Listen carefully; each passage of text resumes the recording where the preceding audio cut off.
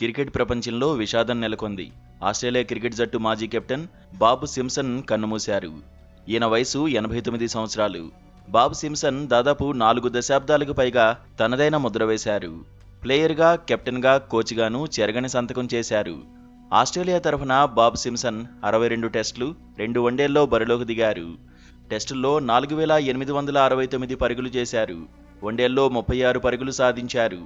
టెస్టుల్లో 71 వికెట్లు, వన్డేల్లో 2 వికెట్లు తీశారు. 62 టెస్టుల్లో 110 క్యాచ్లు అందుకున్నారు.